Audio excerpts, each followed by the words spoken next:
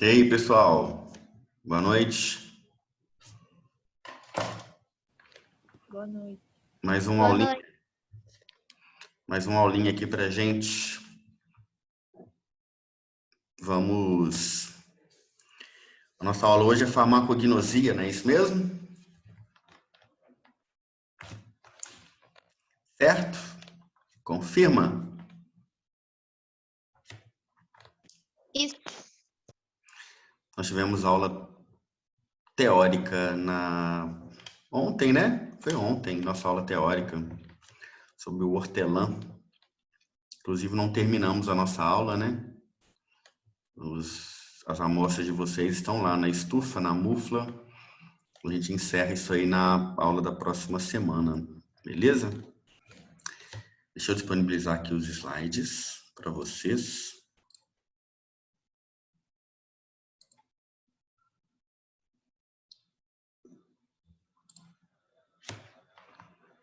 Joia! Então vamos lá, farmacognosia e farmacobotânica, né? É a nossa disciplina aqui desse período. Na aula passada nós estávamos falando sobre métodos de extração. Hoje eu vou continuar falando sobre métodos de extração. E a figura que nós temos aí é do hortelã-pimenta, é a menta piperita, o hortelã que a gente utilizou ontem na aula. Eu fiquei até de mostrar para vocês os hortelãs mais comuns aí da gente, né? Hortelã-pimenta, o hortelã brasileiro e aquele hortelã graúdo que é utilizado para quibe como tempero, que não é hortelã, não tem os marcadores mentol, mentona, ok? Pela foto a gente tem um óleo essencial e o hortelã, provavelmente o óleo essencial do hortelã, né? Pelo menos a ilustração é isso aí. Então vamos aos métodos de extração. Já comecei a falar isso na aula passada. Hoje nós vamos encerrar essa discussão, tá? Então, o que é um método extrativo? O que é um método de extração? Qual o objetivo da aplicação dessas técnicas químicas? O termo extração significa retirar, da forma mais seletiva e completa possível, as substâncias ou fração ativa contida na droga vegetal, utilizando para isso um líquido ou mistura de líquidos tecnologicamente apropriados, toxicologicamente seguros. Então, nós precisamos de aplicar métodos químicos que podem ou não envolver solventes, né? Tem a extração por solvente, as extrações aí como compressão, que não utilizam solventes. Tem extrações que são realizadas a quente, algumas que são realizadas a frio. Mas o objetivo é sempre um, que é extrair uma porção da droga vegetal, aquela que nos interessa. Interessante que seja realizado com a maior eficiência possível e que separe da melhor maneira possível. Perguntinha aqui do Daniel, se as unidades de aprendizagem são liberadas de 15 em 15 dias. Bom, farmacognosia, como é uma disciplina que tem teórica e prática, são somente 8 unidades de aprendizagem. Então, em média, são liberadas de 15 em 15 dias, sim.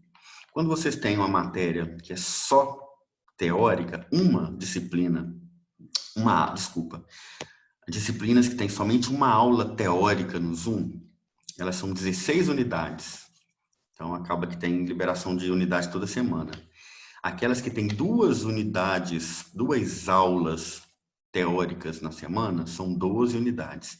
Aquelas que têm teórica e prática, como a nossa disciplina de farmacognosia, são 8 unidades, beleza? Normalmente 15 em 15 mesmo. Vamos lá. Além da extração, a gente tem também a purificação. A extração, ela antecede o processo de purificação, tá? A gente extrai, depois a gente isola, né? Para que não tenhamos essa grande quantidade de substâncias presentes que não nos interessam no nosso extrato.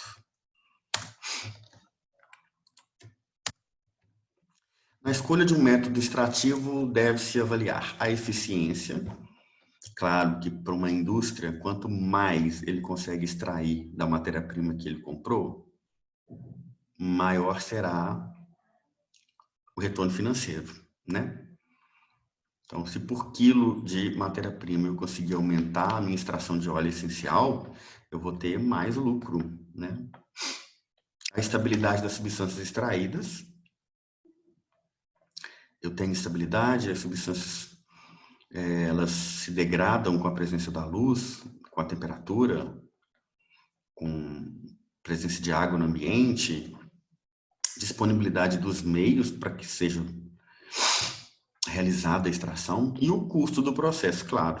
A gente está falando de um processo aí que pode ser doméstico até um grande processo industrial de extração.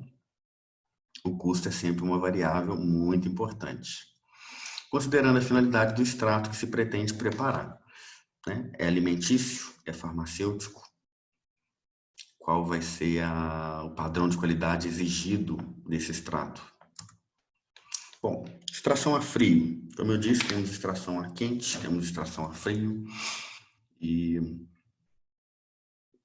claro, que isso leva em consideração os tipos de substâncias presentes. Algumas são quentes, outras são frias, né? O processo extrativo e as substâncias que são extraídas podem ter sensibilidade ao calor. Então, eu vou ter que utilizar uma extração a frio.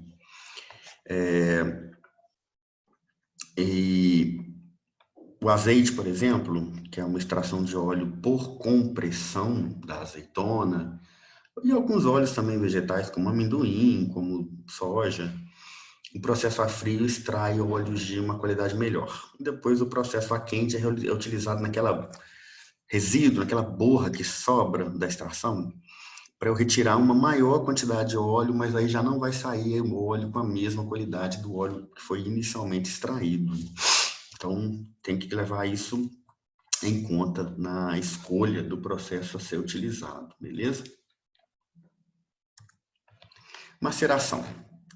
Recipiente fechado, na temperatura ambiente, durante um período prolongado, horas ou dias, sob agitação ocasional, sem renovação do líquido extrator, é um processo estático, ou seja, macero, coloco em contato com o líquido extrator e vou deixar ele ali, de vez em quando eu dou uma balançadinha na temperatura ambiente, sem renovar o líquido que está ali extraindo, e aí é estático, né? Não é dinâmico como o Soxhlet, que o líquido extrator vai e volta, vai e volta. E alguns o líquido extrator também vai sendo substituído. Eu extraio o líquido, coloco novo, né? Por aí vai. Desvantagem do processo é lento. Eu tenho que deixar agindo ali durante dias para que eu extraia. Como a gente deixou nosso hortelã na aula passada. Fizemos a solução alcoólica, álcool 45%, colocamos em contato com a droga vegetal e deixamos aquilo ali extraindo durante um período. Né? Vamos deixar aquilo lá durante um tempo até que seja realizada a extração. Não é possível o esgotamento da droga, ou seja, o líquido extrator ele satura e aí ele para de extrair. Então eu poderia tirar e colocar mais líquido, mas não é normalmente o que acontece nesses tipos de processo. Né? São pequenas quantidades, é feito para que a gente tome, né? Forma de um extrato aí de uso oral. Então, quando satura o líquido extrator, ele para de extrair, esgota. Diversas variações conhecidas dessa operação objetivam essencialmente o aumento da eficiência de extração, como maceração dinâmica, que é a maceração feita sob vegetação constante. Então, o líquido vai sendo agitado, o recipiente vai sendo agitado para aumentar o contato entre o solvente, né, líquido extrator, e a droga vegetal.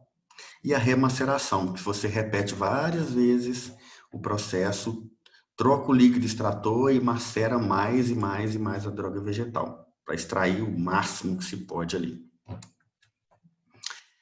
Esse processo fica restrito quando se trabalha com substâncias ativas pouco solúveis. Eu preciso de um solvente. Se as substâncias são pouco solúveis, eu vou ter dificuldade de extrair, né? Plantas com elevado índice de entumecimento, possíveis proliferações microbianas. devido à presença de líquidos e de plantas, né? Então, eu acabo tendo proliferação de micro-organismos, fungos principalmente. Apesar dos inconvenientes apresentados, é uma técnica extrativa muito usual, muito comum, muito utilizada, pela simplicidade e custos pequenos, custos reduzidos. Ok? Percolação, processo dinâmico, ele acontece, né, de uma maneira contínua.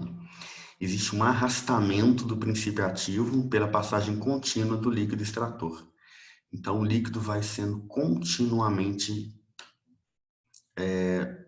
ele desce continuamente, né? Observe que um percolador, ó, é como um coador, né? Eu coloco o sólido e o líquido vai passando continuamente extraindo. É como se eu tivesse um café aqui e eu fosse passando o líquido até não sair mais nada dele, né? Por isso que é uma passagem contínua do líquido extrator pela droga vegetal que vai ser utilizada na extração.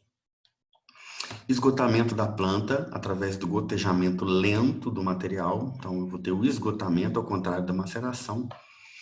Vai chegar uma hora que a planta esgotou. Eu posso passar mais líquido, que aqui o líquido não vai saturar, né? Porque eu vou sempre renovando, passando líquido novo. Mas eu vou ter uma hora que não tem mais nada para extrair da planta. O percolador pode ser de vidro ou pode ser de metal. Beleza? No processo industrial, ele é retirado de uma maneira... pensa num café. Você tem um percolador normalmente de um coador ali, de pano, ou você tem filtro de plástico que vai trocando só o filtro de papel, né? Com suporte ali de plástico. Você coloca o pó e você vai passando, né? Imagina um café que vai sendo constantemente extraído. Okay? Na indústria você quer extrair o máximo possível para você ter mais lucro, né? Então, dependendo do solvente, do preço do solvente, do que você está extraindo, compensa você realizar um processo dinâmico de percolação. Compreende uma etapa preliminar, que é o umedecimento da droga. Então, inicialmente você umedece a droga no percolador, fora do percolador, depois você coloca no percolador e extrai. Realiza a percolação propriamente dita, beleza? Você tem o umedecimento da droga de forma uniforme, facilita a passagem do solvente e evita a formação de canais preferenciais, os buraquinhos que formam, e aí o líquido, você vai jogando o líquido, ele vai passando ali, e no final, quando você tira, tem parte seca dentro do pó. No meio do pó tem parte seca que não viu o líquido. Então, a extração não foi completa, né? E é um problema na percolação, porque isso, obviamente, vai gerar perda, né? Observação, coagem do café, coagem do chamate, que, na verdade, é a nossa percolação a quente. Tanto café quanto chamate é realizado de forma que o líquido passa quente, mas a maioria da percolação é feita a frio, né? Depende das substâncias que você quer extrair, né? O aquecimento, às vezes, aumenta a extração, mas nós temos um problema também que, algumas vezes, o líquido a quente destrói as substâncias que vão ser extraídas e essa percolação tem que ser feita com líquido frio. Isso também é importante de a gente conhecer. Extração a quente. Infusão em sistemas abertos, uma maneira simples de fazer chá, né? Você tem a permanência durante certo tempo de um material vegetal em água fervente, um recipiente tapado. Então, eu deixo a água fervente, a água entra em ebulição, eu desligo, coloco a planta, a droga vegetal, coloco o líquido e tampo. Eu não deixo na infusão a droga vegetal, o material vegetal, ferver junto com o líquido extrator, junto com a água, no caso, por exemplo, para um chá. Porque eu vou ter perda principalmente de óleo volátil. Então, os óleos voláteis vão se volatilizar na temperatura alta. Então, pego a água fervente, desligo o fogo, coloco e tampo e deixo durante um período para que seja procedida a extração. As partes vegetais devem ser contundidas, cortadas, pulverizadas, a fim que possam ser mais facilmente penetradas e extraídas pela planta. Aumenta a superfície de contato, né? Se eu pegar uma folha inteira, eu tenho a superfície da folha de contato. Se eu picotar ela, eu aumento muito a superfície de contato, além de destruir células, lesionar, né? Eu destruo as células, facilitando a extração das substâncias que estão dentro das células do vegetal, das folhas, das flores, do caule. Melhora, né? Tanto que o pó a melhor extração que a gente faz é com pó, né? Mas aí a gente já faz no pó, normalmente a gente faz a percolação. Porque o pó, para infusão, ele solta resíduo, né? Então, se tomar um chá feito com pó, não é legal. É melhor você coar, né? Que é o caso aí que a gente utiliza a percolação, né? A infusão é feita muito com folhas, com flores, hortelã, melissa, camomila, ok? Uma infusão é a maneira adequada de preparar as partes aéreas das plantas, principalmente folhas e flores, para uso como medicamento ou como bebida revitalizante ou relaxante. Chás, muito utilizado em extração. E essa é uma técnica corriqueira, comum da gente fazer em casa, né? Que deve ser feito da maneira correta. Muito comum quando a gente extrai óleo essencial, muito presente em folha e em flor. Folhas e flores possuem muitos óleos essenciais. Só que a gente tem essa grande questão de não utilizar a fervura, não deixar ferver junto, porque aí não é infusão mais. Tem que ter esse cuidado, aí vira decocção. E decocção é utilizado para raízes, para partes lenhosas, para caule, para casca.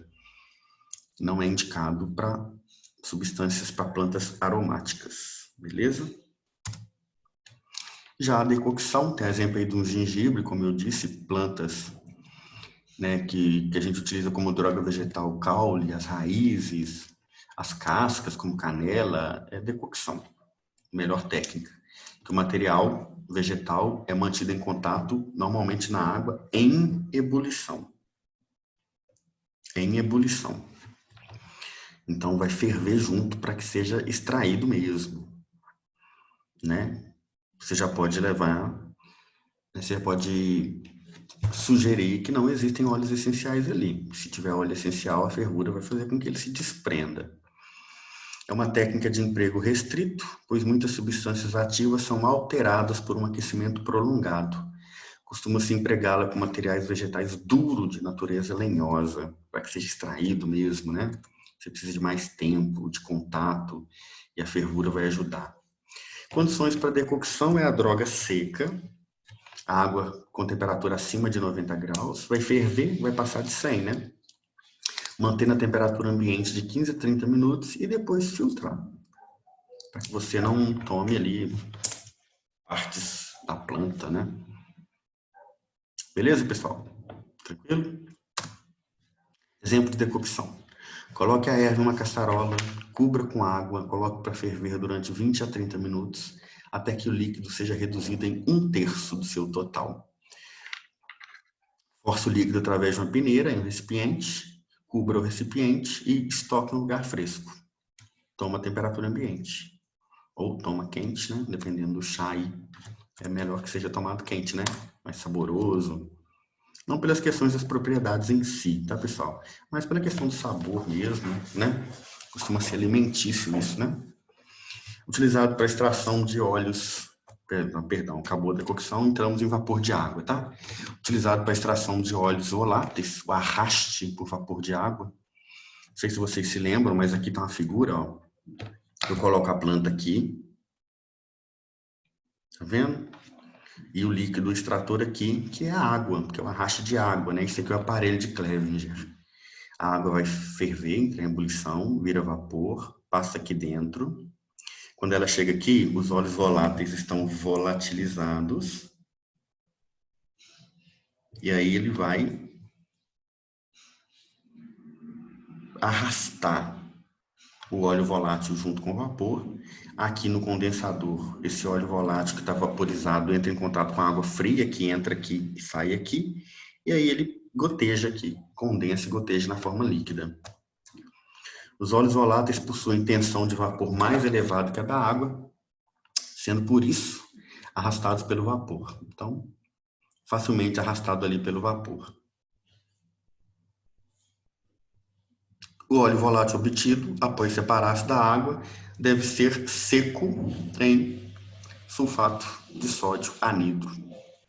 O sulfato de sódio anidro é um agente secante muito utilizado para secar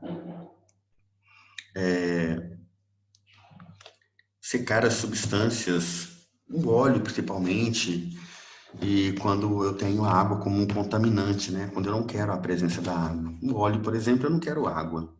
Então eu seco com... Ele não vai reagir com o óleo e vai extrair a água que está presente ali, deixando ele sequinho, que é como eu quero.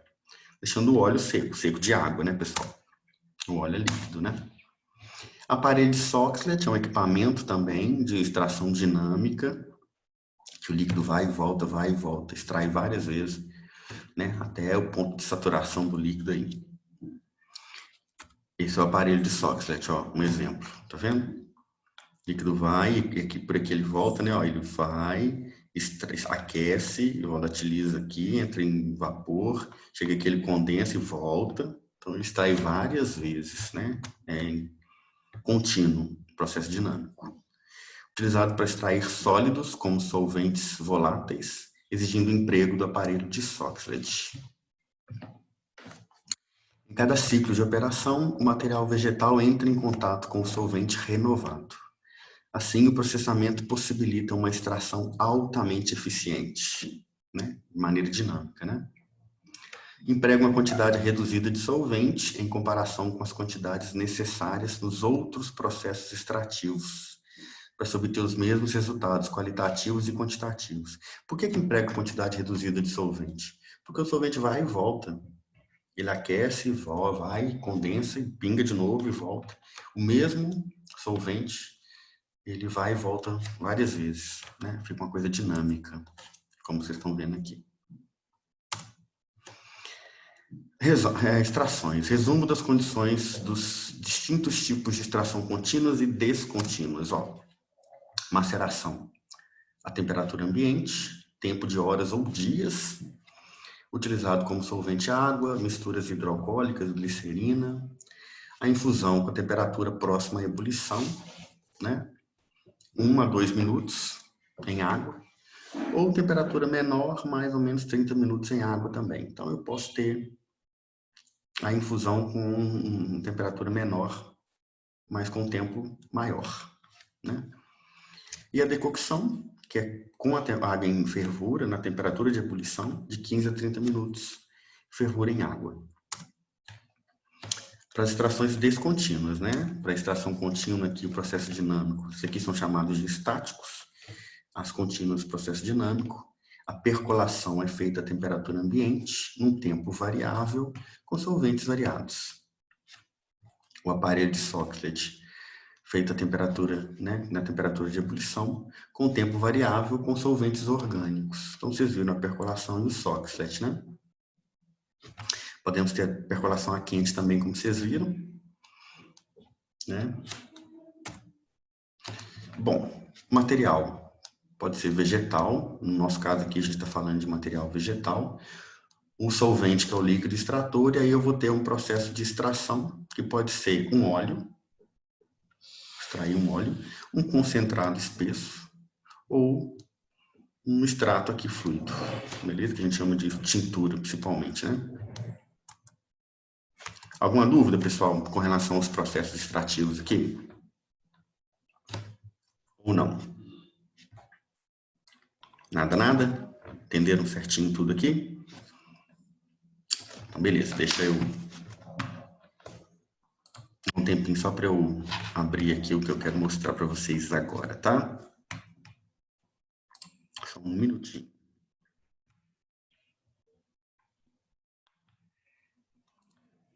Vou falar um pouquinho da farmacopeia agora. Um minutinho para eu abrir. abrir ela aqui e disponibilizar para vocês.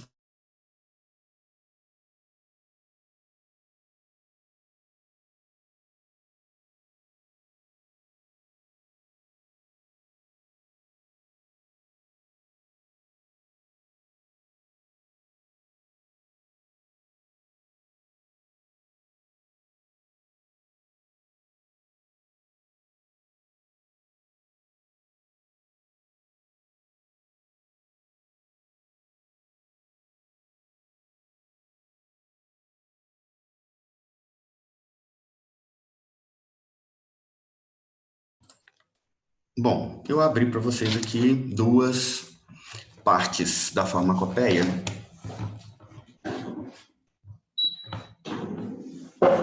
Duas partes da farmacopeia que eu disponibilizei para vocês. A primeira, que eu vou discutir com vocês aqui,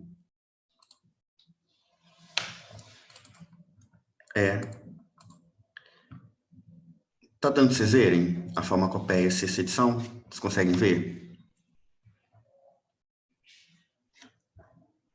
Sim? Ou não? Sim. Sim. Farmacopeia sexta edição, de 1999, o volume 2, monografias.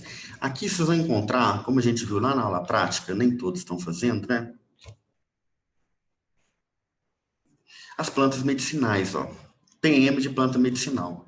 Abacateiro, acônito. Então, todas as plantas medicinais estão aqui. Vocês vão encontrar os métodos de controle de qualidade, as especificações. Vamos escolher um, por exemplo, cravo da Índia, ó. Aquilo que vocês conhecem do cravo da Índia é o botão floral seco. É uma florzinha seca, né? Não sei se vocês já observaram. Uma flor que não se abriu ainda. Cravo da Índia, botão floral. Caryophylle floss, que é o nome científico. A droga vegetal consiste de botões florais seco, contendo no mínimo 15% de óleo volátil. O óleo volátil do cravo da Índia é chamado de eugenol. É aquele cheiro do anestésico do dentista, né? Aquele cheiro de dentista é o eugenol, um anestésico bastante usado aí em mucosa, né? Na gengiva, na boca. Aí vem a identificação macroscópica, como que é o botão floral, a cor, né? Descrição microscópica, que é a observação do microscópio, como a gente fez na prática. Descrição do pó, quando ele é pulverizado. Como fazer a cromatografia, solução de amostra, de referência. Aí vem aqui a placa de cromatografia, como que ela deve ficar, ó, deve ficar violeta aqui, rosa aqui, identificando o eugenol, tá vendo? Que é o princípio ativo, o marcador, né? O óleo essencial que a gente quer. A água pode ter, no máximo, 10% de água. Só um momento, pessoal. Só um momentinho que eu já retorno, tá? Deixa eu só ver uma questão aqui e já volto.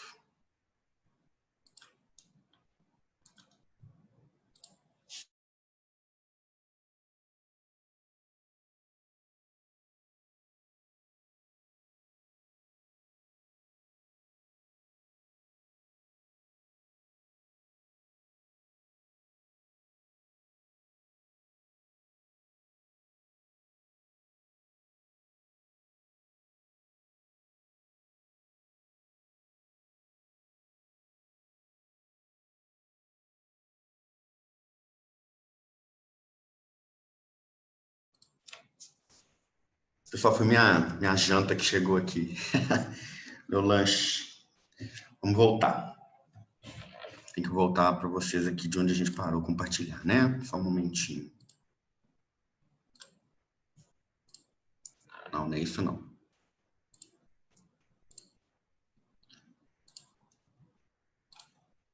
Aqui.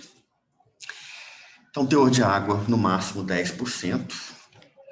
Materiais estranhos, no máximo 4%, de pedúnculos, pestículos e frutos, 2% de botões alterados, 0,5% de elementos estranhos. Permitida a presença de 1% do peso seco. Metais pesados, cumpre o teste. Cinzas totais, lá na múfula, máximo de 7%, tem muita matéria inorgânica, né? 7% é muita coisa. Aí vem os micro-organismos totais, patogênicos, agrotóxicos, Doseamento dos óleos voláteis, como eu disse, a gente procura o eugenol. Beleza? Tá aqui o desenho, né, do cravo, que vocês conhecem. Isso aqui é a parte botânica. O que a gente observa ao microscópio, ao abrir. Tá vendo? O cravo. Aspectos macroscópicos, tá aqui. E microscópicos. Beleza? Um exemplo, ok? Aí já entra na cúrcuma aqui, né? É o próximo, na sequência. Como eu falei com vocês na aula, olha só. Quando você abre a farmacopeia, o meu faz isso no celular também, mas quando você abre a farmacopeia aqui no computador, quando você clica em cima, ó, ela abre, tá vendo? Vocês me falaram que a de vocês não faz isso, né? E aí o outro que eu queria mostrar para vocês é o formulário de fitoterápicos da farmacopeia brasileira, essa de 2011, onde vocês vão ver aqui, ó, monografias mais de fórmulas farmacêuticas, de formas farmacêuticas que utilizam matéria-prima vegetal, ó, preparações extemporâneas, tinturas, géis, pomadas, bases farmacêuticas, cremes, xaropes, sabonetes e soluções auxiliares. Obviamente, se eu estou falando de fitoterápico, todos são produzidos a partir de matéria-prima vegetal. Vamos ver algum? Ó, vamos abrir aqui, por exemplo, xaropes. Xarope de Micânia aglomerata, não sei se vocês conhecem. Sabonete de Lípia. Solução auxiliar de conservantes. Não, isso aqui já tem menos quantidades, né? Pomada de lanolina e vaselina. Gel hidroalcoólico. E aqui você pode acrescentar substâncias, né? Extrato glicólico de aloe vera. Aqui a gente pode acrescentar substâncias, como eu estou falando de bases farmacêuticas, eu posso acrescentar substâncias vegetais, princípios ativos vegetais, né? Então, deixa eu passar aqui. Tem os conceitos iniciais, aí vem. Quais preparações extemporâneas tem? Deixa eu ver o que você... Arnica montana, calêndula, citrus, cúrcuma. Isso aqui vocês devem conhecer. Estou pegando o que vocês devem conhecer, ó. Malva, matricária, que é camomila, melissa, passiflora, as várias passifloras, ó, que são os maracujás. A paulínia cupana, que é o guaraná, pneumus boldos, que é o boldo que todo mundo conhece. Polígolas, não sei se vocês conhecem, mas sálvia. Aí vem as tinturas, né, de calêndula. Normalmente as plantas são as mesmas. Essa aqui, como vocês viram, é a primeira edição, ou seja, o formulário de fitoterápicos da farmacopeia brasileira é recente, é de 2011, tem 10 anos. Né? Se você for considerar aí outras, ela é recente, sim. A outra farmacopeia, né, a normal, está na 6ª edição. Então, vou clicar em uma aqui, ó, preparações extemporâneas à base de camomila, matricária. Vamos lá. Como fazer? Eu mostrei para vocês do hortelã, né? Então, tá aqui. Matricária recutita, sinônimo é camomila recutita. A fórmula, quanto que eu vou usar? 3 gramas de inflorescências secas. Você deve ter observado que a camomila é feita com a flor. E 150 ml de água. Para uso interno. Para uso externo é de 6 a 9 gramas com 100 ml de água. Para uso externo, a camomila é utilizada para quê? Vocês sabem? Utilizam muito para passar no cabelo, né? Sabia disso? É muito usada em estética. Para tricologia, né? Para cabelo, para pele. É muito usado em geoterapia. O chá de camomila, nessa concentração mais elevada aqui, é muito usado para mistura com argila branca, argila verde, né? Para promover a limpeza da pele profunda. Orientações para o preparo. Preparar por infusão, considerada a proporção indicada na fórmula. Infusão. Tem óleo essencial, né? Azuleno e camazuleno. Advertências. Podem surgir reações alérgicas ocasionais. Em caso de superdosagem, pode ocorrer náusea, excitação nervosa, insônia. Evitar o uso em pessoas alérgicas ou hipersensíveis a camomila ou plantas da família Asterácea. Indicações. Para uso interno, antiespasmódico, ansiolítico, sedativo leve. Para uso externo, anti-inflamatório, afecções da cavidade oral. E como eu disse, é muito usado em estética, para melhorar a aparência da pele, né, para clareamento da pele, para cabelo. Beleza? Modo de usar, uso interno. Acima de 12 anos, tomar 150 ml de infuso, 5 a 10 minutos após o preparo, 3 a 4 vezes ao dia entre as refeições. Uso externo, fazer bochechas ou gargarejos, 5 a 10 minutos após o preparo, 3 vezes ao dia. Como eu disse, na estética, é utilizado para limpezas de pele em máscaras de argila, principalmente argila branca e argila verde. Beleza? Tranquilo? Alguma pergunta? Senão nós encerramos por aqui hoje. Beleza, pessoal? Então tá, sem perguntas. Grande abraço para vocês aí, bom final de semana, até a nossa aula prática e teórica da semana que vem, tá? Tchau, pessoal. Abraço.